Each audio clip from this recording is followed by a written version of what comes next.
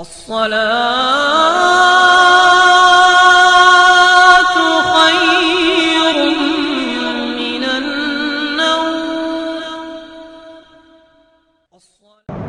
الحمد لله نحمده ونستعينه ونستغفره ونؤمن به ونتوكل عليه ونعوذ بالله من شرور أنفسنا ومن سيئات أعمالنا من يهد الله فلا مضل له ومن يضلله فلا هادي له ونشهد أن لا إله إلا الله وحده لا شريك له ونشهد أن سيدنا ونبينا ومولانا محمدا عبده ورسوله اللهم صل وسلم على عبدك ورسولك محمد وعلى آله وصحبه أجمعين أما بعد فأعوذ بالله من الشيطان الرجيم والسابقون الأولون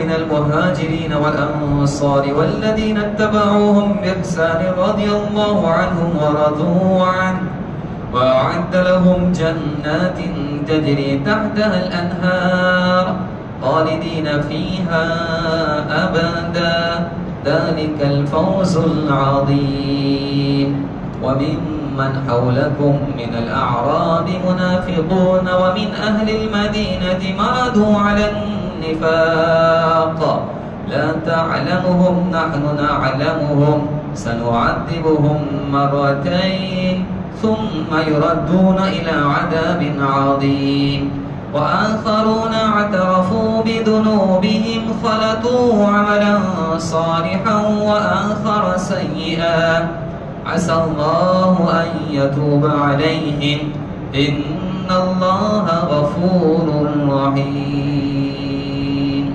صدق الله العظيم. وعن معاذ بن جبل رضي الله عنه قال قال رسول الله صلى الله عليه وسلم يطلع الله على خلقه في ليلة النصف من شعبان فيغفر لجميع خلقه إلا لمشرك أو مشاح رواه الطبراني. وعن أبي موسى رضي الله عنه قال قال رسول الله صلى الله عليه وسلم إن الله يبسط يده بالليل ليتوب مسيء النهار ويبسط يده بالنهار ليتوب مسيء الليل حتى تطلع الشمس من مغربها رواه مسلم كما قال عليه الصلاة والسلام. میرے محترم بزرگوں مجھے ساتھیوں اللہ تعالیٰ کا شکر ادا کریں کہ اللہ تبارک تعالیٰ نے ہمیں عشاء کی نماز باجماعت پڑھنے کی توفیق عطا فرمائی.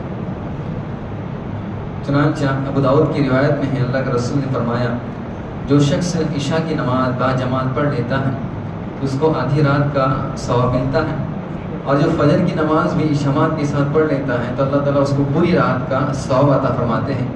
اے اللہ ہمیں ہمیشہ عشاء فجر کی نماز جماعت کے ساتھ پڑھنے کی توفیق عطا فرما. خاص طور پر یہ دو نمازیں ورنہ تو کوشش کرنا کہ پانچوں نمازیں ہم جماعت کے ساتھ پڑھنے والے بنیں. دوسرا یہ کہ فی الحال جو ہمارا مہینہ چل رہا ہے وہ شعبان کا مہینہ چل رہا ہے. شعبان کا مہینہ بھی یہ نیکی والا مہینہ ہے, اعمال والا مہینہ ہے. رسول اللہ صلی اللہ علیہ وسلم کے اعمال ہمارے سامنے آتے رہتے ہیں. چنانچہ حضرت عائشہ رضی اللہ عنہ فرماتی ہیں کہ اللہ کے رسول صلی اللہ علیہ وسلم شعبان میں اکثر مہینہ روزہ رکھا کرتے تھے. ام سلمہ رضی اللہ عنہ فرماتی ہیں کہ میں نے نہیں دیکھا رسول اللہ صلی اللہ علیہ وسلم کو کسی مہینے کو کامل روزے پکڑتے ہو, مکمل روزے پکڑتے ہو سوائے شعبان اور رمضان میں. کہ اللہ کے رسول صلی اللہ علیہ وسلم ایک طرح کی رمضانی کی تیاری کر رہے ہیں شعبان کے اندر کہ شعبان کے اندر عبادت کو بڑھا رہے تاکہ رمضان کے اندر عبادت کرنا آسان ہو جائے. رمضان کے اندر عبادت کرنا آسان ہو جائے. جو شخص جس کام کا عادی رہتا ہے اگر اس کو وہی کام دیا جائے تو کرنا آسان. جس کو پکانے کی عادت ہے, باورچی ہے, اگر اس کو کہیں گے کہ تم بیان کرو تو نہیں کر سکتا. جس کو بیان کرنا آتا ہے, پکانا نہیں آتا, اس کو وہ کام دیں گے پکانے کا تو نہیں کر سکتا ہے. اسی لیے رسول صلی اللہ علیہ وسلم رمضان کے مناسبت سے روزے کی عادت شعبان میں ڈالا کرتے تھے کہ کثرت سے اس مہینے میں روزے رکھ رہے ہیں تاکہ رمضان کے روزے ہمارے لیے آسان ہو جائے. رسول اللہ صلی اللہ علیہ وسلم اللہ کے رسول صلی اللہ علیہ وسلم بہت سارے دوسرے بھی اعمال کرتے ہیں رمضان کے اندر سے قرآن کی تلاوت ہے اور اسی طرح خیرات ہے صدقات ہیں. تو بہت سارے جو خیر کے کام ہم کو رمضان میں کرنا ہے تو اس کی ابتدا ہم کو شعبان کے اندر کرنا ہے تاکہ رمضان کے اندر کرنا ہمارے لیے مشکل نہ ہو جائے, بھاری نہ ہو جائے, بلکہ کیا ہو جائے, آسان ہو جائے. چونکہ یہ نیکی والے مہینے ہوتے ہیں تو یہ اللہ تعالیٰ کی طرف سے ایک طرح کی انعام ہے ہمارے لیے, ہم جیسے گنہگاروں کے لیے انعام ہے کہ ہم کو اللہ کی طرف متوجہ ہونا ان مہینوں کے اندر, ان گھڑیوں میں, ان راتوں میں, ان ساعتوں میں کچھ تو توفیق ہو جائے کہ اس جنگل سے, اس دنیا کی جھمیلے سے ہم کٹ کر ایک اللہ کی طرف کیا ہو جائے, ہم رجوع کر لیں, اپنے گناہوں پر ذرا نظر ثانی کر لیں, اپنی زندگی کا معائنہ اور محاسبہ کر لیں کہ ہم کس طرح زندگی گزار رہے ہیں اور ہم کو کس طرح سے زندگی گزارنا ہے, ہم نے کیا اعمال کیے ہیں اور ہم کو کس طرح سے اعمال کرنا ہے. ہم اپنی زندگی پر ایک نظر کر لیں, محاسبہ کر لیں. اس کے لیے اللہ تبارک تعالیٰ یہ خاص مواقع عطا فرماتے ہیں. لہذا ان کی قدر کرنا چاہیے, ان کی کیا کرنا چاہیے, قدر کرنا چاہیے کہ ہم سے دیکھو نا, گزشتہ سال بہت سارے لوگ موجود تھے ہمارے درمیان, تندرست تھے, ساتھی تھے, بڑے تھے, لیکن آج وہ دنیا سے کیا ہو گئے, چلے گئے. آج وہ ہمارے وقت ساتھ میں نہیں ہے. اسی طرح ہمارے ساتھ میں ہے بھی تو بیمار ہے, بستر پر پڑے ہوئے ہیں, ان کے لیے عبادت کرنا بہت دشوار ہے, بھاری ہے. اللہ تبارک تعالیٰ نے ان سارے جھمیلوں سے ہمیں نجات عطا فرمائی ہے. اللہ تبارک تعالیٰ نے ہمیں ہر طرح سے نعمت عطا فرمائی ہے, زندگی کی نعمت, تندرستی کی نعمت, صحت, عافیت, وقت, کوئی ٹینشن نہیں, کوئی فکر نہیں, بالکل ہم عافیت کے ساتھ ہیں. اس حالت میں اگر ہم اللہ کی عبادت کریں گے تو انشاءاللہ ضرور یہ اللہ تعالیٰ ایسی عبادتوں کی قدر کرے گا اور ہمیں اس کو اجر عظیم اور بہترین ثواب اور بدلہ عطا فرمائے. اس لیے رسول اللہ صلی اللہ علیہ وسلم نے فرمایا وَشَابٌ نَشَأَ فِي عِبَادَةِ اللَّهِ, وہ جوان جو اللہ کی عبادت میں اپنی جوانی کو گزارے. لہذا یہ گھڑیاں اور یہ وقت, یہ سنہرے مواقع اللہ تعالیٰ ہم کو اسی طرح عطا فرماتے ہیں تاکہ ہم اپنے ماقبل کی زندگی پر ایک نظر کر لیں. اور دوسرا یہ کہ اللہ تعالیٰ کے پاس ہم ایک مقام اور مرتبہ کیا کر لیں, حاصل کر لیں کہ اللہ تبارک تعالیٰ کے یہاں کچھ خاص گھڑیاں اس لیے ہوتی ہیں کہ اس کے اندر بندہ عبادت کر کے تھوڑے وقت میں بہت سارا اجر و ثواب حاصل کر لیتا ہے.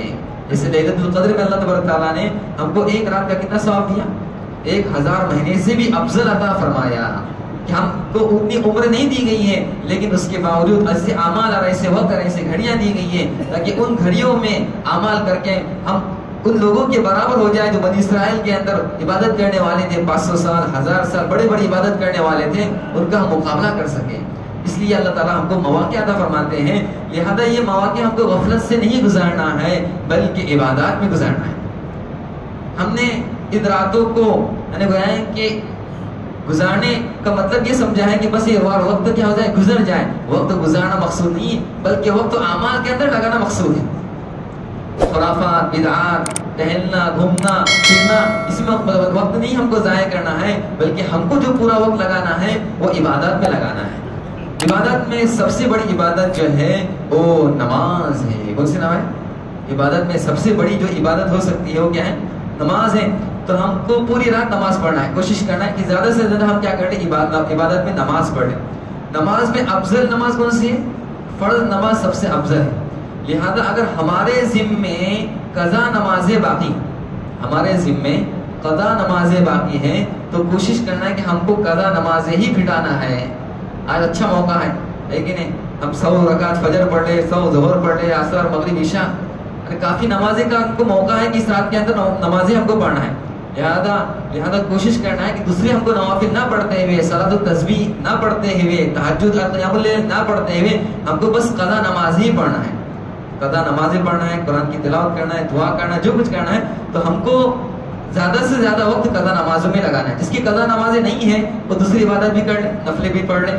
لیکن مزید سمجھ لیجیے کہ دوسرے اعمال بھی کیا کر سکتے ہیں, وہ کر سکتے ہیں. لیکن پہلا ہمارا کام جن کی نمازیں قضا باقی ہیں, جتنا ایک اندازہ لگا کہ میری کتنے باقی ہو سکتے ہیں اور ایک اطمینان ہونے تک ہم کو نمازوں کو کیا کرنا ہے, پڑھنا ہے. اس لیے کہ بالغ ہونے کے بعد جو ہم کو نے نمازیں جان بوجھ کر اور سستی کاہلی کی وجہ سے چھوڑے ہیں ان کا اللہ کے یہاں سوال ہے, مطالبہ ہے. لہذا کوشش کرنا ہے کہ ہمارے بس میں جتنا ہے ہم اس کو ادا کرنے کی فکر کریں گے اور ایک بھی نماز اپنے ذمہ باقی نہیں رکھیں گے انشاءاللہ. ایک بھی نماز ہم باقی نہیں رکھیں گے، ایک بھی روزہ باقی نہیں رکھیں گے. لہذا ہم کو روزے بھی پکڑنا ہے تو اس میں بھی فرض روزے کی قضا جس کی ذمہ باقی ہے تو اس کی نیت کرنا ہے. فرض روزہ کی جو قضا باقی ہے اس کی نیت کرنا ہے، اور ساتھ میں شعبان کی بھی نیت کر لیں، ساتھ میں دوسرے جو رہتے ہیں سنتیں ان کی بھی نیت کر لیں. تو ذمے میں جو فرض روزے ہیں، اسی طرح کل کا روزہ رکھنا ہے. ایام 20 کے حساب سے 3 روزے رکھنا تھے، لیکن کوئی 3 نہیں رکھ سکا، کم سے کم 1 رکھ سکتا ہے تو 1 بھی رکھ لے، کوئی حرج نہیں. لیکن اس میں اگر کسی کی ذمہ قضا باقی ہے تو قضا کی بھی نیت کر لے اور شعبان کی بھی کیا کر لے، نیت کر لے. یہ پہلے ہم کو کیا کرنا، فرض چکانا ہے، چکائیں گے انشاءاللہ. دوسرا اس میں سب سے اہم ہم کو جو کام کرنا ہے وہ اپنے گناہوں پر استغفار کرنا ہے. اپنے گناہوں پر کیا کرنا ہے، استغفار کرنا ہے. نہیں دیکھو عام دنوں میں ہماری بخشش ہوگی کہ نہیں ہوگی ہم کو معلوم نہیں تھا. اس رات کے متعلق رسول اللہ صلی اللہ علیہ وسلم خود ہم کو مطلع فرما رہے ہیں کہ اس رات اللہ تبارک تعالیٰ آسمانی دنیا پر آتے ہیں اور ساری مخلوق کی بخشش کر دیتے ہیں، مغفرت کر دیتے ہیں اور معاف کر دیتے ہیں. لہذا اگر اللہ کے رسول کی طرف سے یہ ہم کو بشارت مل رہی ہے، مژدہ سنایا جا رہا ہے، اور ہم پھر خواب غفلت میں رہیں، سستی میں رہیں، ٹائم پاس میں رہیں، اپنے وقت کو یہاں وہاں ضائع کر دیں، اس سے بڑھ کر کون محروم ہو سکتا ہے؟ اس سے بڑھ کر کون محروم ہو سکتا ہے؟ کہ صحیح بالکل حدیث میں اللہ کے رسول فرما رہے ہیں یغفر اللہ لجمیع خلق، اللہ تبارک تعالیٰ اس رات اپنے ساری مخلوق کی بخشش کر دیتے ہیں. ہم کتنے گنہگار ہیں، ہم نے کیسے کیسے گناہ کیے ہیں. لہذا اللہ تعالیٰ کی رحمت سے ہم کو مایوس نہیں ہوتا ہے. اللہ تبارک تعالیٰ قرآن میں فرماتے ہیں قل یا عبادی الذین اسرفوا علی انفسہم لا تقنطوا من رحمت اللہ ان اللہ یغفر الذنوب جمیعا انہ هو الغفور الرحیم. میرے ان بندوں سے کہہ دو جنہوں نے اپنے اوپر ظلم کیا ہے، قتل کیا ہے، زنا کیا ہے، چوری کی ہے، والدین کی نافرمانی کی ہے، شراب پی ہے، خون خرابہ کیا، کیا کچھ کیا ہے، ان سارے بندوں سے کہہ دیجئے کہ لا تقنطوا من رحمت اللہ، اللہ کی رحمت سے مایوس نہ ہو، اللہ کی رحمت سے مایوس نہ ہو. یہ دنیا والے تم کو غلط القاب لگا سکتے ہیں، گنہگار اور پاپی اور ظالم کہہ سکتے ہیں، کہ اللہ فرماتے ہیں کہ ہمارے پاس تم آ جاؤ، ہماری بخشش میں دیری نہیں. ہمارے اس میں کوتا ہے، سستی ہے کہ ہم اللہ کے سامنے گرگرا نہیں رہے ہیں، اللہ کے سامنے جا نہیں رہے ہیں اور اپنے گناہوں سے تلافی بخشش نہیں کرا رہے ہیں. اور اللہ تبارک تعالیٰ فرماتے ہیں کہ میرے مغفرت کے دروازے کھلے ہوئے ہیں. تم کب تک خواب غفلت میں سوئے رہیں گے اور کب تک اپنے نفس اور شیطان کا سمجھ لیجئے کہ حربہ ان پر اپنے اوپر لگاتے رہیں گے. تم میرے پاس آ جاؤ، میں تمہارے سارے گناہوں کو بخش دوں گا. لہذا بڑے سے بڑا بھی اگر گناہ ہے تو اللہ تعالیٰ فرماتے ہیں کہ لا تقنطوا من رحمت اللہ. اس لیے اللہ تعالیٰ فرماتے ہیں والذین لا يدعون مع اللہ الہا آخر ولا يقتلون النفس التي حرم اللہ الا بالحق ولا يزنون ومن يفعل ذلك يلقى أثاما يضاعف له العذاب يوم القيامة ويخلد فيه مهانا. کہ اللہ کے جو بندے ہوتے ہیں وہ اللہ کے ساتھ کسی اور کو نہیں پکارتے، اور وہ ناحق قتل نہیں کرتے، اور وہ زنا نہیں کرتے ہیں. لہذا جو ایسا کرے گا اس کے لیے دردناک عذاب ہے، اس کے عذاب کو بڑھا دیا جائے گا. لیکن اللہ فرماتے ہیں الا من تاب وآمن وعمل عملا صالحا فأولئك يبدل الله سيئاتهم حسنات وَكَانَ اللَّهُ غَفُورًا رَحِيمًا. مگر جو ایمان لائے اور انہوں نے توبہ کر لی، جو ایمان لائے اور انہوں نے توبہ کر لی. کیسی توبہ؟ یا ایھا الذین آمنوا توبوا الی اللہ توبۃ نصوحا. اے ایمان والو اللہ تبارک تعالیٰ سے پکی ٹکی توبہ کر لو. پکی ٹکی توبہ نصوح کسے کہتے ہیں؟ امام نووی رحمۃ اللہ علیہ نے ریاض الصالحین میں اس کے 4 شرائط بیان کیے ہیں. پہلی شرط توبہ کی یہ ہے کہ ماقبلے کی گناہوں کو چھوڑ دیں. آج تک جو ہم نے گناہ کیے ہیں آئندہ ہم کو نہیں کرنا ہے. پہلا کام ہے کہ گناہوں کو چھوڑ دیں. بھئی کوئی برتن ہم کو ناپاک ہو گئے ہیں، اس کو پاک کرنا ہے. ایک برتن کے اندر چوہا گر گیا، مر گیا ہے، اس کو پاک کرنا ہے. اگر اس میں ہم پانی ڈالتے رہیں گے تو پاک ہوگا؟ پہلے اس چوہے کو باہر نکالنا پڑے اور پھر برتن کو دھونا پڑے، اس کی بدبو کو ختم کرنا پڑے. اسی طرح پہلا ہمارا کام کہ جس گناہ میں ہم ہیں اس گناہ سے ہم کو پہلے نکل جانا ہے. پہلے کیا ہو جانا ہے؟ کسی طرح کوشش کرنا ہے. کسی کی حرام کمائی ہے تو کسی طرح اس سے نکل جائے. کوئی غلط لت کے اندر لگا ہوا ہے تو کسی طرح کوشش کر لیں کہ وہ غلط عادت اس کی چھوٹ جائے، بدنظیر چھوٹ جائے. تو پہلا کام یہ کہ ہم کو اس گناہ سے نکل جانا ہے. کس وجہ سے میں گناہ میں مبتلا ہوں، استفتی قلبک، اپنے دل سے پوچھیں. ہر ایک کا دل مفتی ہے، وہ بتائیں گا کہ تم کس کس گناہوں کے اندر ہو، لہذا خود بخود کیا ہو جائے گا، وہ اس کے اندر سے نکلنے کی کوشش کرے گا. تو پہلا کام اس گندگی سے، گناہ سے ہم کو نکلنا ہے. دوسرا کام یہ ہے کہ اپنے گناہوں پر نادم ہونا ہے. دوسرا کام کیا ہے؟ اپنے گناہوں پر نادم ہونا ہے. یہ بہت بڑا کام ہے کہ جو اپنے گناہ پر نادم نہ ہو وہ ابلیس کا بھائی ہے. اللہ تبارک تعالیٰ نے حضرت آدم علیہ السلام سے فرمایا تھا، یا آدم اسکن انت وزوجک الجنة وکلا منها حیث شئتما ولا تقربا هذه الشجرة فتکونا من الظالمین. اے آدم تم اور حوا جنت کے اندر رہو اور جہاں چاہے گھومو ٹہلو پھرو اور اس درخت کے قریب نہ جاؤ، اس درخت کے قریب نہ جانا ہے. فأزلهم الشیطان عنها، شیطان نے کیا کرتے ان کو ورگلایا اور پھر اس درخت کے قریب جا کر اس کا پھل کھلوایا. تو اللہ تبارک تعالیٰ نے ان کو کیا کر دیا، جنت سے اتار کر دنیا کے اندر بھیج دیا. تو حضرت آدم علیہ السلام نے اللہ تبارک تعالیٰ سے توبہ دلہ کرا کے اپنی گناہوں کی بخشش کرا دی. قرآن نے اس کا اعلان بھی کر دی کہ اللہ تعالیٰ نے حضرت آدم علیہ السلام کو ان توبہ کو قبول کر لیا. فَتَلَقَّى آدَمُ مِن رَّبِّهِ كَلِمَاتٍ فَتَابَ عَلَيْهِ کہ اللہ تبارک تعالیٰ نے حضرت آدم علیہ السلام کو چند کلمات سکھائے، جن کلمات کے ذریعے سے حضرت آدم علیہ السلام استغفار کرتے تھے. تو اللہ تبارک تعالیٰ نے حضرت آدم علیہ السلام کا جو سمجھیے کہ خطا اور لغزش ہوئی تھی اس کو معاف کر دیا. لیکن ابلیس کے بارے میں فرمایا کہ یہ شخص ملعون ہے اور مطروح ہے. قیامت تک اللہ تبارک تعالیٰ نے اس کو مردود قرار دیا اور اس کی توبہ کو بھی اللہ نے کیا کر دیا، نکار دیا اور اس کے لیے جہنم کو لازم کر دیا. وہ کس وجہ سے؟ وہ اس وجہ سے کہ اللہ تبارک تعالیٰ نے جب حضرت آدم علیہ السلام کو پیدا کیا تھا تو اس وقت ابلیس سے کہا کہ اس کو کیا کریں، سجدہ کریں. تو ابلیس نے اپنی عقل دوڑائی کہ آدم کو تم نے کس سے پیدا کیا، مٹی سے پیدا کر، مجھ کو آگ سے پیدا کیا. آگ کی صفت ہے اوپر جانا اور مٹی کی صفت نیچے آنا. تو اوپر والا نیچے والے کو کیسے جھکے گا، اوپر والا نیچے والے کو نہیں جھک سکتا، لہٰذا میں اس کو سجدہ نہیں کروں گا. تو اللہ تعالیٰ نے اس کو کیا کر دیا، جو اپنی بارگاہ میں تھا اس کو کیا کر دیا، روندا کر دیا، نکال دیا، دھتکار دیا. اس کو کچھ بھی طلب اور افسوس نہیں ہوا. اس کو دھتکار دیا گیا، نکال دیا ہے، اس کو کچھ افسوس ہی نہیں ہوا ہے. وہ اپنے گناہ پر نادم اور شرمندہ نہیں ہوا. جیسے کہ حضرت آدم علیہ السلام اپنے گناہ پر کیا تھے، نادم اور شرمندہ تھے. تو اس کی وجہ سے اللہ تبارک تعالیٰ نے ان کی توبہ کو قبول کر لیا اور بتایا کہ انسان ہے، انسان سے لغزش اور خطا ہو سکتی ہے، وہ کوئی فرشتہ نہیں ہے. فرشتوں کی صفت اللہ نے فرمائی ہے، لا یعصون اللہ ما امرهم ویفعلون ما یؤمرون، جو اللہ کی نافرمانی نہیں کرتے، جو کچھ اللہ کا حکم ہوتا ہے اس کو وہ کر لیتے ہیں. لیکن ابلیس کی صفت یہ اللہ نے بتائی کہ وہ کیا ہوتا ہے، اکڑتا ہے، گناہ کر کے اکڑ جاتا ہے. اس لیے امام نووی رحمۃ اللہ فرماتے ہیں توبہ کی دوسری شرط میں کہ اپنے گناہوں پر کیا ہو جائے، نادم ہو جائے، اپنے گناہوں پر نادم ہو جائے. تھوڑا ڈر اور خوف اپنے اوپر کیا کر لینا ہے، محسوس کر لینا ہے کہ واقعی اے اللہ تو نے سب کچھ مجھ کو عطا کیا، تندرستی دی، مال دیا، جوانی دی، عافیت دی، سکون دیا، پھر بھی اللہ نے تیری کیا کر دی، نافرمانی کر. اس سے بڑھ کر کون ظالم ہو سکتا ہے.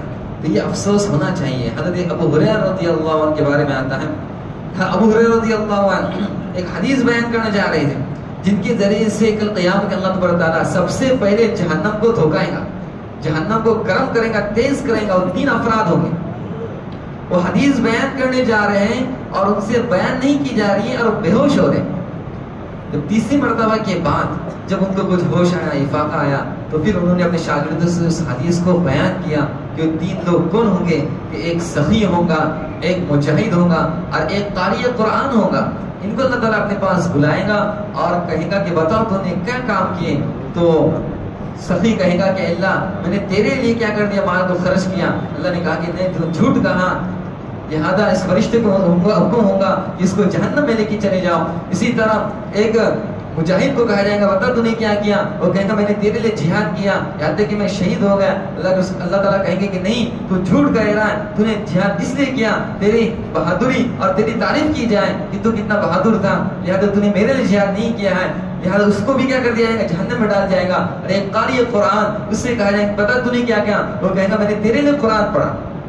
اللہ کہے گا نہیں، تو نے جھوٹ کہا، تو نے اس لیے قرآن پڑھا تاکہ تیری واہ واہ کی جائے، تعریف کی جائے، لہذا تو نے میرے لیے قرآن نہیں پڑھا۔ ان تینوں کو جہنم کے اندر روک دیا جائے گا۔ تو اتنے ڈرنے اور خوف کرنے والے جن کی وجہ سے جن کو بے ہوشی ہو رہی تھی، جب موت کا وقت قریب آیا تو ابو ہریرہ رضی اللہ عنہ ڈر رہے تھے، خوف کھا رہے تھے اور رو رہے تھے۔ کسی نے پوچھا کہ اس وقت رونے کی کیا ضرورت ہے؟ ابو ہریرہ نے کہا کہ مجھے رونا اس بات کا ہے کہ سفر میرا بہت لمبا ہے لیکن میرے پاس توشہ ارزاق بہت تھوڑا ہے۔ کل قیامت کا جو ہمارا سفر ہے، حشر کا ایک میدان کے اندر ایک دن ہی کتنے دن کا ہے؟ 50,000 سال کے برابر، 50,000 سنہ قرآن نے فرمایا۔ 50,000 سال کے برابر ایک دن ہوگا، وہ کیسے ہم سے کٹے گا؟ کہ نافرمان اور فاسق اور فاجر کے لیے 50,000 سال کا دن کے برابر ہوگا، اور جو ایمان والا ہوگا اس کے لیے قیامت کا دن کیسا ہوگا؟ جیسے اس نے کوئی فرض نماز ادا کر لی۔ کتنا ہوگا؟ جیسے اس نے کوئی فرض نماز ادا کر لی، اتنا وقت اس کے لیے ہوگا۔ وہ بھی اللہ تبارک تعالیٰ نے اگر اچھا اس کا ٹھکانہ دے دیا تو عرش کے سائے میں تو کیا کرے گا، وقت کو اپنا گزار دے گا، اس کو احساس بھی نہیں ہوگا۔ ورنہ آپ کو 50,000 سال تک حشر کے میدان کے اندر بھٹکنا ہوگا۔ اس کی متعلق قرآن نے فرمایا یا ایھا الناس اتقوا ربکم واخشوا یوما لا یجزی والد عن ولدہ، اے لوگو اپنے رب سے ڈرو اور ایسے دن سے کہ جس دن باپ اپنے بیٹے کے کام نہیں آئے گا اور بیٹا اپنے باپ کے کام نہیں آئے گا۔ ہر ایک نفسا نفسی کے عالم میں ہوگا کہ اس کا کیا حشر ہوتا ہے اور اس کا سمجھ لیجیے کہ کیا فیصلہ ہوتا ہے، خود وہ ششوپن میں ہوگا۔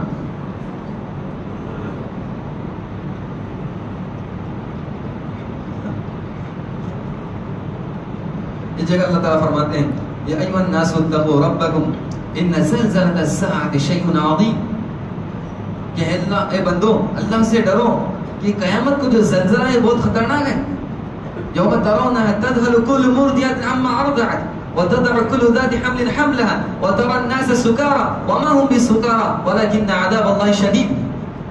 کہ اے لوگوں کہ ایسے دن سے ڈرو کہ جس دن کا جو جھٹکا ہوگا بہت خطرناک ہوگا، کہ جس کو تم اس دن دیکھو گے کہ ہر ایک اپنے کہ جو دودھ پلانے والی ماں ہے وہ اپنے دودھ پلانے والے بچے کو، جس کو دودھ پلایا جائے اس کو بھول جائے گی، اور حمل والی عورتیں اپنے حمل کو ثابت کر دیں گی، تو لوگوں کو نشے میں دیکھے گا اور وہ لوگ نشے میں نہیں ہوں گے، لیکن اللہ تعالیٰ کا عذاب بڑا سخت ہے۔ کہ اس دن کی سختی اور ہولناکی سے اگر ہم کو نجات پانا ہے تو ہم کو ایسے اعمال کرنا پڑیں گے جس کی وجہ سے اللہ تعالیٰ ہم کو عرش کا سایہ نصیب فرمائے۔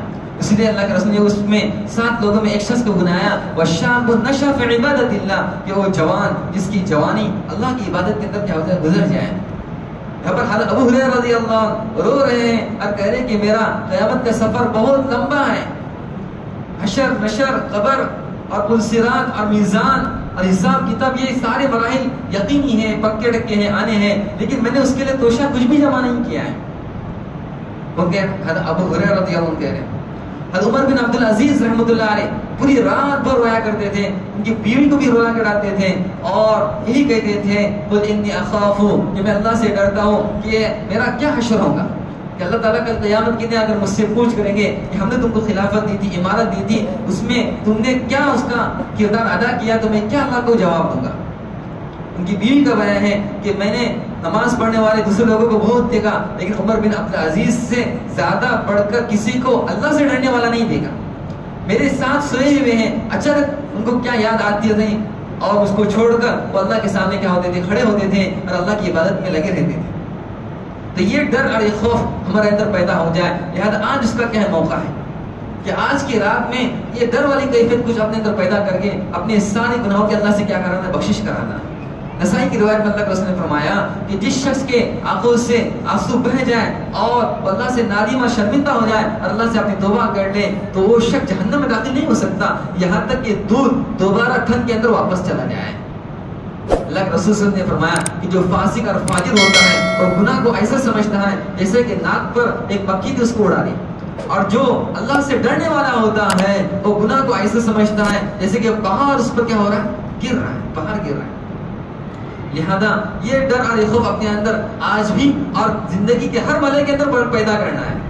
زندگی کا ہر مرحلہ اس میں اگر یہ ڈر اور خوف ہمارے ساتھ لگا ہوگا کہ مجھ کو اللہ کے سامنے حاضر ہونا ہے، زندگی کا مجھ کو حساب دینا ہے، میرے ایک ایک پیسے کی اللہ تعالیٰ پوچھ کریں گے کہ من این اکتسب وفیما انفقا، یہ مال کہاں سے کمایا، یہ مال کہاں پر خرچ کیا، اپنے علم پر کیا عمل کیا، اپنی زندگی کس طرح سے گزاری. ایک ایک لمحہ اگر ہمارے یہ ڈر اور خوف کے اندر گزرے گا تو انشاءاللہ سمجھ لیجیے کہ آخرت کے سارے مراحل ہمارے لیے آسان ہیں. کہ آج کا ہمارا تھوڑا ڈرنا کل قیامت کے دن بہت سارے ہولناکی سے ہم کو نجات عطا فرمائے گا. اس لیے امام نووی رحمۃ اللہ فرماتے ہیں کہ دوسری شرط توبہ کی یہ ہے کہ اپنے گناہوں پر ہم کیا ہو جائے، نادم ہو جائے. گناہوں پر نادم ہونا ہے، مایوس نہیں ہونا ہے، جس کو قرآن نے فرمایا لا تقنطوا من رحمت اللہ، میں نے اتنے سارے گناہ کیے ہیں اب میرا کیا ہوگا، اب میری بخشش نہیں ہوگی. یہ مایوس نہیں ہونا ہے. اس لیے قرآن حدیث پڑھا ہوا ہے کہ اللہ تبارک تعالیٰ نے کیسے کیسے لوگوں کی کیا کی ہے، بخشش کی ہے. چنانچہ رسول اللہ صلی اللہ علیہ وسلم نے بنی اسرائیل کا ایک قصہ سنایا کہ بنی اسرائیل میں ایک شخص تھا جس نے کتنے قتل کیے تھے، 99 قتل کیے گئے تھے. 99 اس نے قتل کیے تھے. تو اس نے پھر پوچھا کہ میری توبہ ہو سکتی ہے کیا ہے، میری توبہ کس طرح سے، اس کو سمجھ بھی نہیں آ رہا تھا. تو اس کی رہنمائی کی ایک راہب کے پاس. راہب کہتے ہیں جو اللہ کی صرف عبادت کرتا ہے. کسی نے اس کے پاس بھیجا کہ صرف جو عبادت ہی کے اندر لگا ہوا تھا. جب اس نے اپنا مسئلہ اس کے سامنے رکھ دیا کہ میں نے 99 قتل کیے ہیں، اب میری توبہ ہو سکتی ہے کہ نہیں. اس نے کہا کہ 99 قتل، ایک قتل کرے گا تو جہنم میں ہمیشہ جاتا ہے. قرآن نے کیا کہا، کوئی ایک قتل بھی کرتا ہے تو ہمیشہ اس کے لیے کیا ہے، جہنم ہے. تو نے 99 قتل کیا، تیری بخشش نہیں ہو سکتی. جب اس نے یہ سنا کہ میری بخشش نہیں ہو سکتی تو اس کو بھی کیا کر دیا، قتل کر دیا اور 100 پورے کر دیے. لیکن اس کے اندر ایک طلب اور طلب تھی کہ نہیں، اس سے غلطی ہو رہی ہے، اس کا کچھ نہ کچھ تلافی اور بدلہ ہو سکتا ہے. اس لیے وہ اور کسی سے پوچھا کہ مجھ کو میری تلافی ہو سکتی ہے کہ نہیں. تو کسی نے اس کی رہنمائی، جو دین کا جاندار شخص تھا، دین کا جاننا، شریعت کا جاننے والا تھا، اس کی طرف رہنمائی کسی عالم دین کی طرف رہنمائی فرمائے. تو اس نے کہا کہ ہاں تیری بخشش ہو سکتی ہے، البتہ تیرا یہ کام یہ ہے کہ گنہگار کی جو بستی میں جو رہ رہا ہے نا، وہاں سے ہٹ کر جو صالحین کی بستی ہے وہاں تو کیا ہو جائے، چلے جا. جہاں پر تو بستی کے اندر جس ماحول میں ہے اس ماحول سے تجھ کو نکلنا پڑے گا. جب تک ہم گناہوں کے ماحول میں رہیں گے اور سوچیں گے کہ ہم سمجھ لیجیے کہ گناہوں سے بچیں، یہ بڑا دشوار کام ہے. لہذا جو شخص گناہ کے اندر مبتلا ہے اور جس سمجھ لیجیے کہ ساتھی اس کے پاس ہے اور جو سمجھ لیجیے کہ اس نے ماحول اختیار کیا ہے، اس ماحول سے کٹ کر اس کو اچھے ماحول میں آنا پڑے گا، مسجد کے ماحول میں آنا پڑے گا، اللہ کے راستے میں جماعت میں نکلنا پڑے گا. تو خود بخود جب وہ ماحول سے نکل جائے گا تو نورانی ماحول جب اس کو مل جائے گا تو گناہوں کی نفرت اس کے دل میں بیٹھ جائیں گی اور گناہوں سے کیا ہو جائے گا، وہ چھٹکارا پا لے گا. تو اس نے اس عالم نے رہنمائی کی کہ اس کو چاہیے کہ وہ بستی کو چھوڑ کر دوسری بستی کے اندر چلا جائے. تو دیکھا جو راہب ہوتا ہے اس پر عبادت کا غلبہ تھا. اب اس نے سامنے والے کی کنڈیشن سمجھنی چاہیے کہ پہلے سے اس کی ٹریڈنگ یا جرأت کتنی بڑی ہوئی ہے کہ 99 قتل کیے، اس کو احساس نہیں ہوا اور پھر بھی تم کہو گے کہ تیری بخشش نہیں ہوگی تو اس کو اس کا ہی طرح بدلہ دیے گا. لہذا جو عالم دین تھا اس نے کیا کہ رہبری کی کہ نہیں، اس حالت میں بھی اگر تو توبہ کرنا چاہتا ہے تو اس بستی کو چھوڑ کر دوسری بستی میں چلے جا. اب ہوا ایسا کہ وہ دوسری بستی میں جا رہا تھا. مقدر کا کرنا ایسا ہوا کہ اس کی موت آ گئی. کیا گئی وہ، اینما تکونوا یأتی بکم اللہ جمیعا، اور تم جہاں کہیں بھی ہو اللہ تعالیٰ تم کو لے کے آئیں گا، اور تم جہاں کہیں بھی ہو تم کو موت آ کے پکڑی.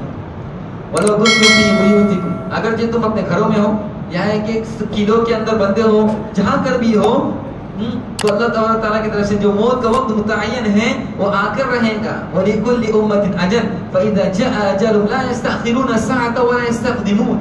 جو موت کا وقت آ جائے گا تو ایک گھڑی نہ آگے نہ ایک گھڑی پیچھے ہو سکتی. ہر ایک کا موت کا وقت متعین ہے، وہ اسی وقت موت آتی ہے. کوئی خودکشی بھی کرتا ہے تو اللہ تعالیٰ نے اس کو اسی وقت موت متعین کر دی تھی، وہ اسی وقت آ گئی ہے. اس نے کوئی جلدی سے موت نہیں کی ہے. مقدر کے اندر اس نے طریقہ غلط اختیار کیا ہے، اس کی وجہ سے اس کو عذاب ہوگا، ہمیشہ کا عذاب. و جہنم میں اسی طرح اپنے آپ کو مارے گا جس طرح سے دنیا میں اس نے اپنے آپ کو مارا ہے. مارنا ہے جو نہ یا نہ مارنا اس کے بس میں تھا، لیکن اس کے باوجود اتنی خودکشی کی ہے. حدیث میں آتا ہے کہ زہر پی کے مرتا ہے تو اس کو جہنم میں زہر دیا جائے گا، اور جو کھنجر گھومتا ہے تو اس کو جہنم کے اندر کھنجر دیا جائے گا، جو اپنے آپ کو اسی طرح ہلاک کرتا رہے گا. اور جو اوپر سے کودا ہے، پہاڑ سے کودا ہے تو اس کو پہاڑ پر چڑھا کے کودایا جائے گا اور اسی طرح مارا جائے گا جس طرح سے دنیا میں اپنے آپ کو کیا مارا ہے.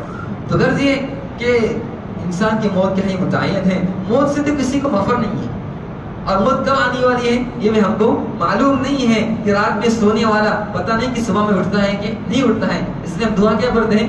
الحمدللہ الذی احیانا بعد ما اماتنا. تمام تعریف اس اللہ کے لیے ہے جس نے ہم کو موت کے بعد زندگی عطا فرمائی. عربی کا ترجمہ کیا؟ موت کے بعد زندگی عطا فرمائی. سو گئے تو ہم گئے تھے. اللہ کا حصہ نے ہم کو کیا کیا جگہ ہے. پتہ نہیں کہ آج کی رات ہمیشہ کی ہمیں رات ہو، کسی کو معلوم نہیں. لہذا عقل مندی یہ ہے کہ ہم کیا کر لیں؟ موت سے پہلے موت کی تیاری کریں. ترمذی شریف کی روایت میں کفل نامی شخص کا قصہ ذکر کیا ہے کہ کفل نامی ایک شخص تھا، اس کا چچا بہن سے کچھ غلط تعلق ہو گیا، تو محبت ان کی کیا ہو گئی؟ بڑھ گئی. اب کسی حاجت اور ضرورت کی وجہ سے ایک مرتبہ وہ عورت اس کفل نامی شخص کے پاس آئی اور کہنے لگی کہ مجھ کو کچھ پیسوں کی دینار درہم کی ضرورت ہے. تقریباً 80 دینار کی اس نے کیا کی؟ مانگ کی، تو وہ مجھ کو دیے جائیں. تو اس نے شرط لگائی کہ اگر 80 دینار دیکھو چاہے ایک شرط ہے کہ میں تیرے ساتھ غلط کام کروں گا. تو اس نے مجبوراً اس شرط کو کیا کیا تھا؟ قبول کر لیا تھا. لہذا جب وہ دینے کا وقت قریب آیا اور وہ پیسے اس کے حوالے کر دیے اور پھر وعدے کے مطابق جب غلط کام کا اس نے ارادہ کیا تو وہ رونے لگے، وہ عورت رونے لگے. تو کفل نے کہا کہ تو روتی کیوں ہے؟ کیا میں نے تیرے ساتھ کوئی ظلم کیا ہے؟ جو اپنے وعدے کی چیز تھی اس کو میں کیا کر رہا؟ پورا کر رہا.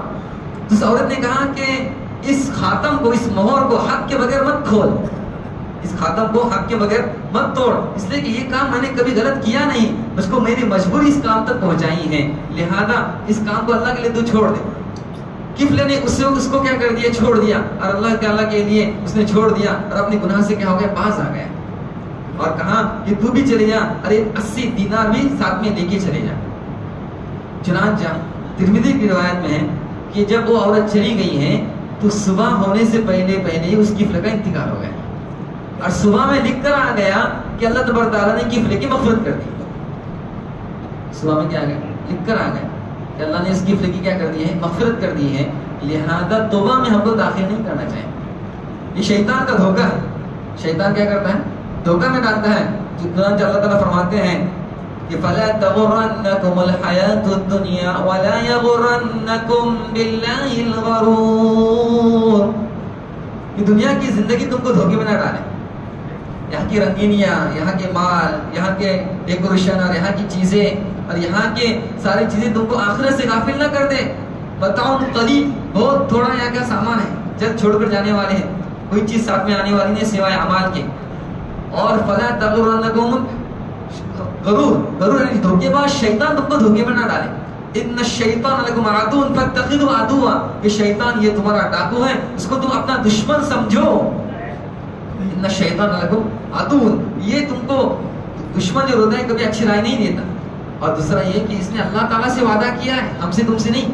اللہ تعالیٰ سے کہا ہے لعنہ اللہ وقال لأتخذن من عبادك نصيبا مفروضا ولأضلنهم ولأمنينهم ولآمرنهم فليبتكن آذان الأنعام ولآمرنهم فليغيرن خلق الله. اللہ سے کہا اس نے کہ میں تیرے بندوں میں سے اپنا ایک وافر حصہ لے لوں گا، میں ان کو امیدوں میں، ارمانوں کے اندر، دنیا کے دھوکے کے اندر پھنساتے رہوں گا. اپنی منشاء چاہت کے ہر کام اسے کرا کروں گا، اپنی منشاء مطابق اور اپنی چاہت کے مطابق ہر کام اسے کرا لوں گا. لہذا یہ شیطان نے وعدہ کیا اللہ تعالیٰ سے، اور اللہ تعالیٰ سے ایک مانگ کی، ایک دعا کی کہ اللہ مجھ کو قیامت تک موت مت دے. تو اللہ نے کہا کہ جا تجھ کو مہلت دے، قیامت تک دیکھو میں موت نہیں دوں گا. لہذا یہاں پر علماء نے فرمایا کہ اللہ سے دعا کرنے میں کبھی شرمانا نہیں ہے ہم کو. اللہ تبارک تعالیٰ نے اس امت کا سب سے خبیث اور سب سے بدتر شخص ابلیس، اس کی دعا کو قبول کیا. تو کیا ہم اگر اللہ تبارک تعالیٰ کی اللہ سے دعا کریں گے تو اللہ ہماری دعا قبول نہیں کرے؟ انبیاء علیہ السلام یہ اپنی ساری ضرورتوں کو اللہ تعالیٰ سے مانگنے والے ہوتے تھے. ان کی اللہ تعالیٰ نے کیا وصف کو بیان کیا؟ انہم کانوا یسارعون فی الخیرات ویدعوننا رغبا ورہبا وکانوا لنا راہبین. یہ انبیاء کی صفات بیان کیا، انہم کانوا یسارعون فی الخیرات، یہ خیر کے کاموں میں سبقت لے جانے والے، خیر کے کاموں میں سبقت لے جانے، جو بھی خیر کا کام آیا اس کو جلد از جلد کرنے والے. انہم کانوا یسارعون فی الخیرات وَيَدْعُونَنَا رَغَبًا وَرَهَبًا، اور ہم سے جو پکارنے والے ہوتے ہیں، ہم سے دعا کرنے والے ہوتے ہیں خوف اور ڈر کے ساتھ. انبیاء کے دلوں کے اندر صرف اور صرف اللہ کا ڈر اور خوف. الذین یبلغون رسالات اللہ ویخشون ولا یخشون احد الا اللہ, جو اللہ کے پیغام کو امت تک پہنچانے والے ہوتے ہیں اور وہ اللہ کے علاوہ کسی سے نہیں ڈرتے, وہ مخلوق سے نہیں ڈرنے والے ہوتے ہیں, کسی کے جان, مرتبے, مال اور کسی کی شرف سے نہیں ڈرنے والے ہوتے ہیں, وہ بس اللہ سے ڈرنے والے ہوتے ہیں. یہ انبیاء کی صفات اور اسی سے ڈر اور خوف ہوتا ہے. لہذا یہ ڈر اور خوف یہ انبیاء کا جو صفات ہے خاص, اس کو ہمارے اندر پیدا کرنا ہے. رسول اللہ صلی اللہ علیہ وسلم نے فرمایا انی اخشاکم للہ واتقاکم لہ, کہ میں تمہیں سب سے زیادہ اللہ سے ڈرنے والا اور خوف کرنے والا ہوں. تو وہ شخص توبہ کے ارادے سے دوسری بستی میں اب جا رہا ہے اور اس کی موت آ جا رہی ہے, جب موت اس کی آتی ہے تو جنت کے بھی فرشتے آ رہے ہیں, جہنم کے فرشتے آ رہے ہیں, جنت کے بھی فرشتے آ رہے ہیں اور جہنم کے فرشتے آ رہے ہیں. تو اب کیا کیا جائے؟ جنتی فرشتے کہتے ہیں ہم اس کو جنت پہ لے کے جائیں گے کہ توبہ کے ارادے سے نکلا ہے, اور جہنمی فرشتے کہتے ہیں کہ اس نے توبہ کو موقوف کیا ہے دوسری بستی میں پہنچنے پر, ابھی پہنچا نہیں ہے, اس سے پہلے انتقال ہوا ہے. اللہ نے ایک تیسرے فرشتے کو انسان کی شکل دی, فرشتے کو انسان کی شکل کے اندر بھیجا. وہ جب جا رہا تھا تو ان فرشتے نے اس شخص کو بلایا اور اپنا قضیہ اس کے سامنے رکھا اور اس نے اس سے فیصلہ مانگا. اس فرشتے نے فیصلہ یہ کیا کہ دونوں طرف کی زمین کو ماپا جائے, جس سے زیادہ قریب ہو انہی کے حوالے کر دیا جائے. لہذا زمین کو جب ماپا جا رہا تھا تو ایک بالش کے برابر اس صالحین کے بستی سے وہ قریب ہو گیا. مرنے سے پہلے حدیث میں الفاظ ہے کہ سینے سے سینہ گھسیٹتے ہوئے اس بستی کے اندر کیا ہوا چلا گیا. اللہ تبارک تعالیٰ نے, ایک بارش کم تھا لیکن اللہ تعالیٰ نے حکم دیا کہ اے وہ زمین جو صالحین کے قریب ہے, صالحین سے فی الحال دور تھی, تو اس کو کہا تو قریب ہو جا, اور جو نافرمان کی بستی تھی اس سے کہا تو تھوڑا کیا ہو جا, ہٹ جا. تو اس صالحین کی بستی کے اندر داخل ہو گیا. تو جنت کے فرشتے نے اس کو کیا کر لیا, لے کے چلے گئے. تو اللہ تعالیٰ یہاں پر ہم کو سبق سمجھانا چاہ رہے ہیں کہ ہم تھوڑا اللہ تعالیٰ سے کیا کر لیں, قریب ہو جائیں اور اپنے تعلق کو پیدا کریں اور اپنے گناہوں پر کیا ہو جائے, نادم ہو جائے. اللہ کی رحمت یہ بہانہ ڈھونڈتی ہے کہ ہم بندوں کو کیا کر دیں, معاف کر دیں اور اس کی بخشش کر دیں, اس کے لیے جنت کو ہموار کر دیں, جس کے بارے میں اللہ تعالیٰ فرماتے ہیں تتجافى قلوبهم عن المضاجع يدعون رغبا يدعون, کہ وہ جن کے پہلو خوابگاہ سے الگ رہتے ہیں وہ ہم کو پکارتے رہتے ہیں. فلا تعلم نفس ما اخفي لهم من قرة اعين, کوئی انسان نہیں جانتا ہے پردے گیب میں اللہ تبارک تعالیٰ نے ان کے لیے کیا کیا نعمتیں تیار کر کے رکھی ہیں, اور کیسے جنت کے باغات اور نہریں اور وہاں کے پھل فروٹ اور وہاں کی نعمتیں وہ کیسی ہیں اللہ تعالیٰ نے ہم کو پیدا کی ہیں, وہاں کی مزریاں جس کا ہم اندازہ نہیں لگا سکتے. انسان کھاتا رہے گا, اپنی ہر خواہش پوری کرتا رہے گا, اس کو کوئی غم نہیں ہوگا. اللہ فرمائیں گے کہ میں نے آج تم پر اپنی رضامندی ڈال دی, اب تم سے میں کبھی ناراض نہیں ہونے کا. یہاں پر سب سے بڑا ہم کو سمجھ لیجیے کہ بڑا ٹینشن یہ کہ اللہ ہم سے ناراض نہ ہو جائے. بھائی ایسا کام کر اللہ ناراض نہ ہو جائے, بہنوں کا حق نہیں دیں گے اللہ ناراض نہ ہو جائے, بھائی کسی پر ہم ظلم کریں گے اللہ ناراض نہ ہو جائے, ہم اس کی غیبت کریں گے اللہ ناراض نہ ہو جائے. یہ سارے سمجھ ہم پر ٹینشن ہے کس کے, کہ اللہ ہم سے ناراض نہ ہو جائے. اللہ تعالیٰ فرمائے کہ احل علیکم رضوانی, میں تم پر اپنی رضامندی کو حلال کرتا ہوں. لا اسخط علیکم ابدا, اب میں تمہارے پر کبھی ناراض نہیں ہوں گا, کبھی ناراض نہیں ہوں گا. لہذا یہ رات, یہ آج کی رات, یہ اسی کو اصول کرنے والی رات ہے کہ ہم رات بھر جاگیں اور رات کو کیا کر اصول کریں, نادم ہو جائیں. تو دوسری جو شرط تھی توبہ کی کہ نادم ہو جائیں, اور تیسری شرط امام نووی رحمۃ اللہ نے ذکر کی کہ آئندہ نہ کرنے کا پختہ عزم ارادہ کریں کہ آئندہ ہم سے کوئی گناہ نہیں ہوگا. انسان ہے پھر بھی اگر گناہ ہوتا ہے تو پھر اللہ سے کیا کرنا, توبہ کرنا ہے. ان اللہ یحب التوابین ویحب المتطہرین, اللہ تبارک تعالیٰ بہت زیادہ توبہ کرنے والوں کو پسند کرتے ہیں اور بہت زیادہ طہارت حاصل کرنے والوں کو پسند کرتے ہیں. انسان میں اللہ نے کمزوری رکھی ہے, پھر اس سے گناہ ہوگا, پھر کیا کرنا ہے, توبہ کرنا ہے. اب تو اس وجہ سے اس عزم ارادے کے ساتھ ہم کو اٹھنا ہے کہ آئندہ انشاءاللہ کوئی کو تو گناہ نہیں کریں. اور چوتھا حق امام نووی رحمۃ اللہ فرماتے ہیں کہ اگر ہم پر کسی کا حق ہے تو اس حق کو کیا کریں گے, ہم ادا کریں گے. ہم پر اگر کوئی حق ہے تو اس حق کو ادا کریں گے. مالی حق ہے یا کسی کی غیبت کی ہے تو اس سے اس کی تلافی کر لیں گے, اس سے معافی صافی کر لیں گے اور اس سے استغفار اپنے لیے کرا لیں گے. تو انشاءاللہ ان 4 صفات کے ساتھ ہم توبہ کر لیں گے. تو یہ گناہوں, اس توبہ کا نام توبہ نصوحہ قرآن کا ہے.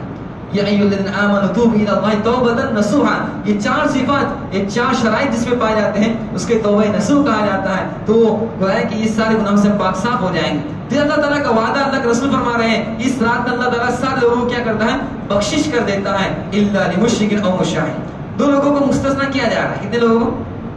1 نمبر مشرک, کہ شرک کی اللہ تبارک تعالیٰ بخشش نہیں کریں گے. کہ ہم کو اپنے ایمان کی اتنی حفاظت کرنا ہے کہ ہمارا خاتمہ ایمان پر ہو جائے. اس سے بڑھ کر آخرت کی کوئی دولت ہے ہی نہیں. اللہ کے رسول صلی اللہ علیہ وسلم گر گرا رہے اپنے چچا ابو طالب کے پاس، اے چچا ایک مرتبہ کان میں میرے لا الہ الا اللہ پڑھ لیجئے، اشہد لک بہا عند اللہ، کہ اللہ کے پاس میں تمہاری گواہی دوں گا کہ اے اللہ میرے چچا نے کلمہ پڑھ لیا ہے، میں نے سن لیا ہے۔ لیکن چچا نے پڑھنے سے کیا کر دیا؟ انکار کر دیا، کہا کہ میں تمہاری استغفار کروں گا، دنیا سے چلے گئے، کہا کہ میں تمہاری استغفار کروں گا جب تک کہ اللہ تعالیٰ مجھ کو نہ روکے۔ اللہ تعالیٰ نے منع کر دیا کہ مشرک کے لیے استغفار کرنا ایمان والوں کے نبی کے لیے جائز نہیں ہے، منع کر دیا۔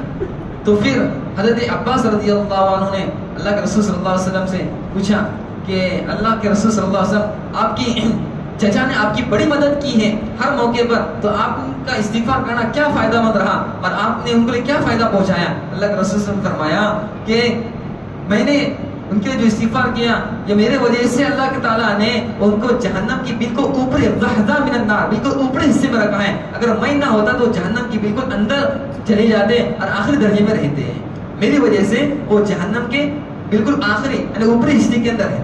جہنم کے 8 طبقات ہیں، اس میں اللہ ان کے چچا بالکل اوپری حصے میں ہے، اور ایک روایت میں ہے کہ جہنم کے اندر آگ کی جوتی ان کو پہنائے جائیں۔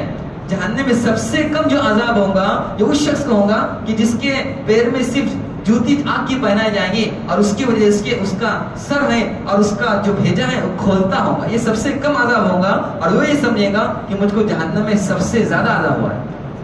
اس سے اللہ تبارک تعالیٰ کہیں گے، جس کو یہ عذاب ہو رہا ہے اس سے اللہ تعالیٰ کہیں گے کہ اگر تجھ کو دنیا میں جتنے سب کچھ ہیں اگر وہ سب کچھ مل جاتا اور اللہ کے لیے تو خرچ کرتا اور اس کے فدیے میں دے دیتا تو کیا تو اس پر راضی ہے؟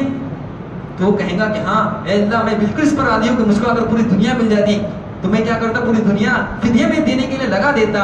تو اللہ تعالیٰ کہیں گے کہ میں نے تو اس سے کم کا تجھ سے مطالبہ کیا تھا کہ تو میرے ساتھ کسی کو شرک مگر تو شرک کر کے آیا، لہذا اب تیری بخشش کا کوئی سوال نہیں، تیری بخشش کا کوئی سوال نہیں۔ لہذا یہ شرک یہ کیا ہے؟ گویا کہ اس کی اللہ تعالیٰ نے قرآن میں وعدہ فرمایا کہ ان اللہ لا یغفر ان یشرک بہ، کہ اگر کوئی شرک کرتا ہے اللہ تعالیٰ کے ساتھ تو اس کی بخشش نہیں کریں۔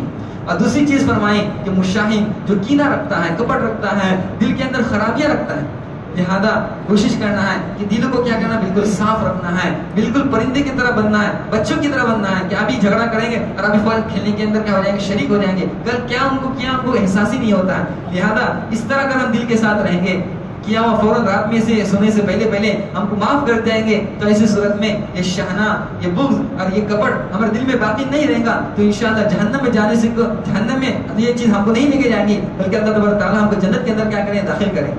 مسلم کی روایت میں اللہ کے رسول نے فرمایا کہ پیر اور جمعرات کے دن اعمال کی پیشی ہوتی ہے، اللہ کے یہاں پیر اور جمعرات کے دن اعمال کی پیشی ہو جاتی ہے، سارے لوگوں کے اعمال پیش کیے جاتے ہیں سوائے 2 لوگوں کے کہ جن کے اندر آپس میں ناچاکیاں ہوتی ہیں، دشمنی ہوتی ہے، ان کی بات چیت بند ہے، ان کے قطع تعلق ہے، تو ان سے متعلق کہا جاتا ہے ان کے اعمال رہنے دیجئے یہاں تک کہ ان کے اندر صلح ہو جائے۔ لہذا آج موقع ہے تھوڑا اللہ کے لیے جھکنا، کس کے مخلوق کے لیے نہیں بلکہ اللہ کے لیے جھکنا ہے، اللہ کا حکم ہے، رسول کا حکم ہے، اس لیے ہمارا کام ہے کہ سامنے سے اگر کوئی آدمی آتا ہے تو ہم کو سلام کر کے گزر جانا ہے۔ کیا کر کے گزرنا؟ سلام کر کے گزر جانا ہے، وہ جواب دے نہ دے جواب کیا مکلف نہیں ہے، لہذا جب بھی 100 مرتبہ بھی ہمارے سامنے آتا ہے تو ہم کو سلام کر کے آگے کیا ہو جانا ہے، گزر جانا ہے، تو ہم اپنی ذمہ داری سے کیا ہو جائیں گے، بری ہو جائیں گے۔ تو یہ کوشش کرنا ہے کہ دلوں کے اندر کسی قسم کا کینہ اور کپٹ نہ ہو۔ اب یہ کیفیت ہمارے اندر اس طرح سے پیدا ہو جائے تو اس کے لیے کچھ محنت ہوتی ہے۔ ہم کو ماشاءاللہ دیکھو نا، سال بھر ہم کو ماحول ملتا ہے، تعلیم کا ماحول ہے، مشورے کا ماحول ہے، اللہ کے راستے میں نکلنے کا ماحول ہے، تو اس ماحول میں اگر آدمی رہے گا تو اس سال بھر اس کی چارجنگ کیا رہیں گی، باقی رہیں گی۔ ہم چاہیں گے کہ ایک ہی رات کے اندر سارا کیا کر لے، وہ چارجنگ لے لے پوری سال بھر کی، تو یہ ایسا ممکن نہیں ہوتا۔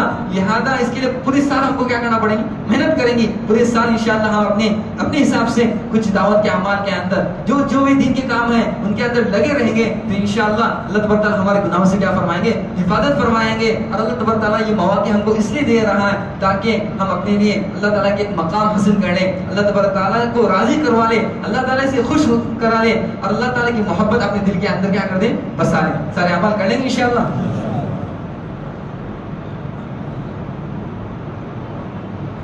دعا کے بعد اطراف کے ساتھیوں کے لیے کھانے کا انتظام۔ الحمدللہ رب العالمین، لک الحمد کلہ ولک الشکر کلہ وإلیک یرجع العمر کلہ علی نکسرہ ولا نحصی ثناء علیک انت کما اثنیت علی نفسک ربنا لک الحمد کما ينبغی لجلال وجهک وعظیم سلطانک۔ اللهم صل على سيدنا محمد وعلى سيدنا محمد وبارك وسلم. ربنا لا تؤاخذنا إن نسينا وأخطأنا. ربنا ولا تحمل علينا إصرا كما حملته على الذين من قبلنا. ربنا ولا تحملنا ما لا طاقة لنا به واعف عنا واغفر لنا وارحمنا أنت مولانا فانصرنا على القوم الكافرين. ربنا لا تزغ قلوبنا بعد إذ هديتنا وهب لنا من لدنك رحمة إنك أنت الوهاب. ربنا لا تزغ قلوبنا بعد إذ هديتنا وهب لنا من لدنك رحمة إنك أنت الوهاب. ربنا ظلمنا أنفسنا وإن لم تغفر لنا وترحمنا لنكونن من الخاسرين. رب اجعلني مقيم الصلاة ومن ذريتي ربنا وتقبل دعاء. ربنا اغفر لي ولوالدي وللمؤمنين يوم يقوم الحساب. ربنا هب لنا من أزواجنا وذرياتنا قرة أعين واجعلنا للمتقين إماما. ربنا اصرف عنا عذاب جهنم إن عذابها كان غراما إنها ساءت مستقرا ومقاما. اللهم إنا نتوب إليك من المعاصي لا نرجع إليها أبدا. اللهم إنا نتوب إليك من المعاصي لا نرجع إليها أبدا. اللهم ما مغفرتك أوسع من ذنوبنا ورحمتك أرجع عندنا من أعمالنا. اللهم إنك عفو تحب العفو فاعف عنا. اللهم إنك عفو تحب العفو فاعف عنا.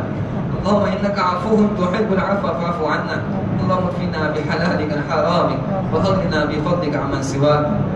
اللهم فارج الهم كاشف الغم مجيب دعوات المضطرين رحمن الدنيا والآخرة ورحيمهما. ارحمنا برحمة تغنى بها رحمة من سواك. اللهم ارحمنا بترك المعاصي أبدا ما أبقيتنا وارحمنا أن نتكلف ما لا يعنينا وارزقنا حسن النظر فيما يرضيك عنا. اللهم إنا نعوذ بك من زوال نعمتك وتحول عافيتك وفجاءة نقمتك وجميع سخطك.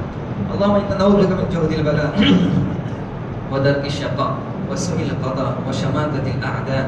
اللهم إنا نسألك علما نافعا وعملا صالحا ورزقا طيبا وشفاء من كل داء. اللهم إنا نعوذ بك من علم لا ينفع وقلب لا يخشع ونفس لا تشبع ودعاء لا يستجاب له.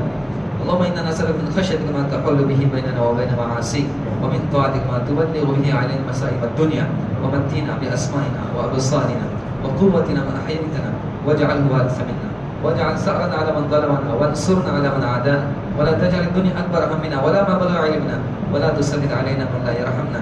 اللهم أعز الإسلام والمسلمين. اللهم أعز الإسلام والمسلمين وأذل الشرك والمشركين ودمر أعداء الدين. اللهم شتت شملهم ومزق جمعهم ودمر ديارهم وخرب بيوتهم واقطع دعبرهم وفل أسلحتهم. اللهم خذهم أخذ عزيز مقتدر. اللهم إنا نسألك من الخير كله عاجل وآجله وما علمنا منه وما لم نعلم ونعوذ بك من الشر كله عاجل وآجل ما علمنا منه وما لم نعلم. اللهم إنا نسألك من خير ما سألك منه بك محمد صلى الله عليه وسلم ونعوذ بك من شر ما استعاذك منه بك محمد صلى الله عليه وسلم. أنت المستعان وعليك البلاغ لا حول ولا قوة إلا بالله العلي العظيم.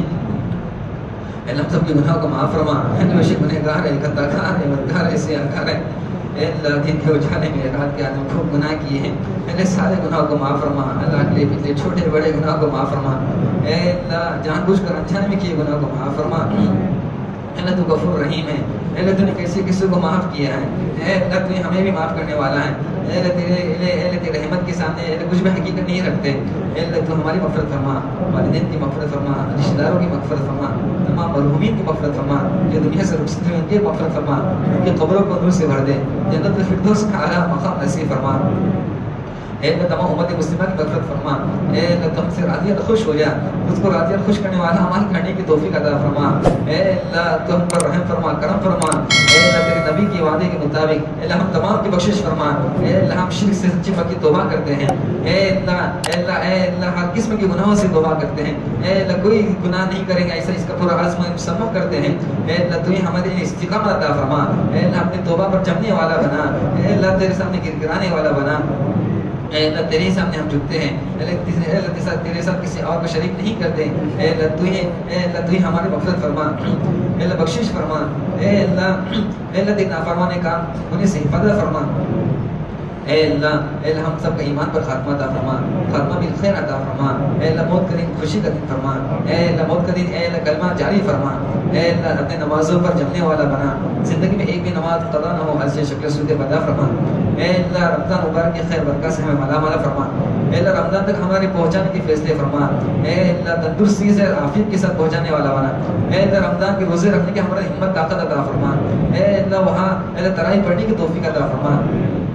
اللہ زیادہ سے زیادہ قرآن کی تلاوت کرنے والا بنا، اللہ خیر کے کام کرنے کی توفیق عطا فرما، اللہ صدقات خیرات اور ہر دینی کام کے اندر اللہ پیش رہنے والا بنا، اللہ تو ہی ہم سے راضی ہو جا، اللہ ٹوٹے پورے اعمال ہیں اللہ اخلاص کے بغیر ہیں، اللہ تو ہی اخلاص پیدا فرما، اللہ تو ہی اعمال کے اندر جان پیدا فرما، اللہ ایسے اعمال نہیں کہ تیرے سامنے پیش کر سکے، اللہ جیسے کیسے ہیں اللہ تو ہی اللہ ان کو بخشش کا دریا بنا، اللہ تو بہانا ڈھونڈتا ہے، اے اللہ بہانے کے طور پر ان اعمال کو قبول فرما، اے اللہ ہمارا بیڑا پار فرما، اے اللہ تمام گنہگاروں کی بخشش فرما، اے اللہ جو مقدور کے قدوں کی ادائیگی کے فیصلے فرما، اے اللہ سارے امت کے مسائل جو ہے ان کو حل فرما، جہاں کہیں مسلمان پریشان کی پریشانی کو دور فرما، اللہ خاص طور پر فلسطین عرب کے اطراف میں جو مسلمان پریشان ہیں ان کی پریشانی کو دور فرما، اللہ حالات کو سازگار فرما، اے اللہ جو بیماروں نے شفا کاملہ دے انہیں نصیب فرما، اے اللہ اس مجمع کی مغفرت فرما، اے اللہ ان کی حاجات اور ضرورت کو پورا فرما، جو بیماروں نے شفا کاملہ دائمہ نصیب فرما، اللہ جو مانگا اس پہ عطا فرما، جو مانگنے سے لگا اسی پہ عطا فرما،